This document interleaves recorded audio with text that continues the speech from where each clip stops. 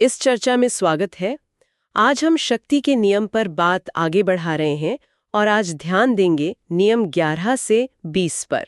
जी हाँ, हम कोशिश करेंगे कि इन नियमों के पीछे की जो रणनीति है, जो मनोविज्ञान है, उसे समझें और देखेंगे कि असल जिंदगी के उदाहरणों से ये कैसे जुड़ते हैं। बिल्कुल।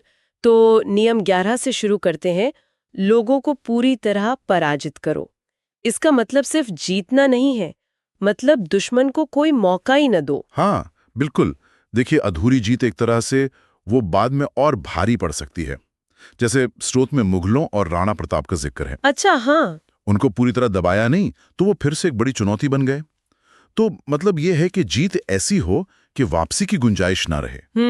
निर्णायक जीत। अच्छा, अब नियम 12 पर आते हैं। इरादे ठंडे दिमाग से तय करो। ये भावनाओं को, मतलब गुस्सा या प्यार को बीच में न लाने की बात क्यों करता है? असल में शक्ति के खेल में भावनाएं आपको कमजोर बना सकती हैं। गुस्सा या बहुत ज्यादा लगाव आपके फैसले को कह सकते हैं कि धुंधला कर देता है। हाँ, तर्क पीछे रह जाता है।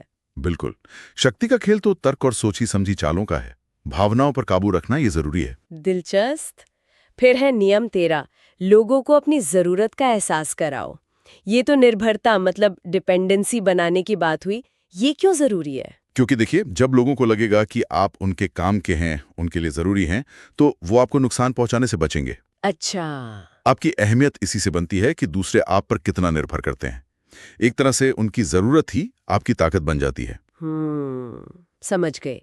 लेकिन इसके बाद नियम 14 थोड़ा चौंकाता है। दोस्त से सावधान, दुश्मन को साथ रखो। ये तो बिल्कुल उल्टा लग रहा है। हाँ, ये सुनने में विरोधाभासी है, बिल्कुल। पर इसके पीछे तर्क ये है कि दोस्त आपकी कमजोरियां जानते हैं। हाँ, ये तो है। और उनसे मिला धोखा वो ज्यादा अप्रत्याशित और कभी-कभी ज्यादा घातक होता है। ईर्ष्या हो सकती है या कोई और वजह। दुश्मन से तो आप वैसे ही सतर्क रहते हैं। अच्छा, मतलब ये नहीं कि भरोसा ना करो, पर एक सावधानी रखो। जी, एक व्यावहारिक नजरिया है ये। अब नियम 15, अपनी मौजूदगी को रहस्यमय बनाओ। इसका क्या मतलब है, खासकर आज के दौर में जब सब हर वक्त उपलब्ध हैं? स्रोत में कहा गया है, एब्सेंस क्रिएट्स रिस्पेक्ट।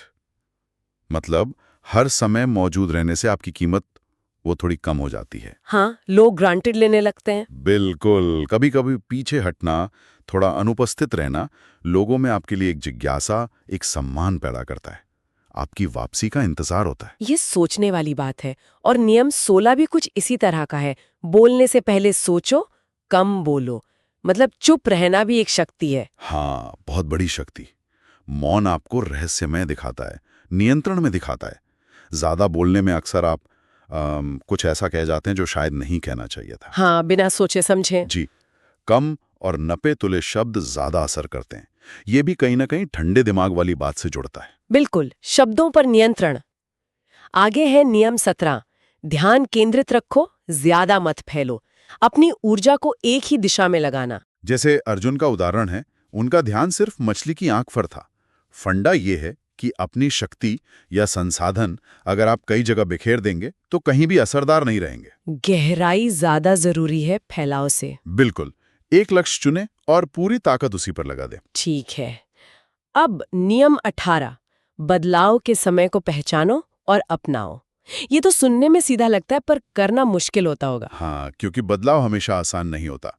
लेकिन इतिहास देख लीजिए, जो समय के साथ नहीं बदलते वो पीछे रह जाते हैं या मिट जाते हैं। जैसे कई पुराने साम्राज्य या कंपनियां। जी। परिस्थितियों को समझना और उनके हिसाब से ढल जाना, यही टिके रहने का तरीका है। और ये शायद नियम 19 से भी जुड़ता है। किसी को पूरी तरह दोस्त या दुश्मन मत मानो।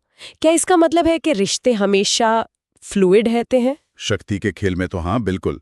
परिस्थितियां बदलती हैं, लोगों के अपने हित बदलते हैं और उसके साथ वफादारियां भी बदल सकती हैं। तो आज का दोस्त कल का दुश्मन बन सकता है। बन सकता है, और दुश्मन भी जरूरत पड़ने पर साथ आ सकता है। इसलिए रिश्तों को लेकर बहुत ज्यादा कह सकते हैं कि कठोर नजरिया नहीं रखना चाहिए। लचीलापन जरूरी है। सही है। और आखिर में नियम 20। दुश्मनों के जाल को समझो, खुद जाल मत बनो। इसका क्या मतलब हुआ? इसका सार यह है कि दूसरों की चालें, उनकी रणनीतियां समझना बहुत जरूरी है, ताकि आप उनका शिकार ना बने। हाँ, ताकि आप फंसे नहीं। बिल्कुल। लेकिन उससे भी ज्यादा जरूरी यह है कि आप खुद उन चालों में इतना ना उलझ जाएं कि अपना रास्ता ही भूल जाएं। खेल को समझें पर उसके मोहरे ना बने, मास्टर बने, अपनी चालें चलें। तो ये थे शक्ति के कुछ और नियम 11 से 20 तक। वाकई ये सोचने का एक अलग ही नजरिया देते हैं। हाँ, और ध्यान देने वाली बात यह है कि ये सिद्धांत सिर्फ किताबी नहीं है। अगर हम अपने आसपास देखें, रोजमर्रा की जिंदगी में, ऑफिस में, यहाँ तक कि रिश्तों में भी ये चीजें सूक्ष्म रूप से काम करती हुई दिखती हैं। बिल्कुल, ये नियम हमें अपने आसपास की दुनिया को शायद एक अलग तरह से देखने में मदद कर सकते हैं। और शायद सोचने के लिए एक बात यह भी है कि हम अनजाने में कब और कहाँ इन रणनीतियों का इस्तेमाल कर रहे होते हैं, या कब कोई और हम पर इन्हें आजमा रहा होता है। इसे पहचानना शायद पहला कदम है।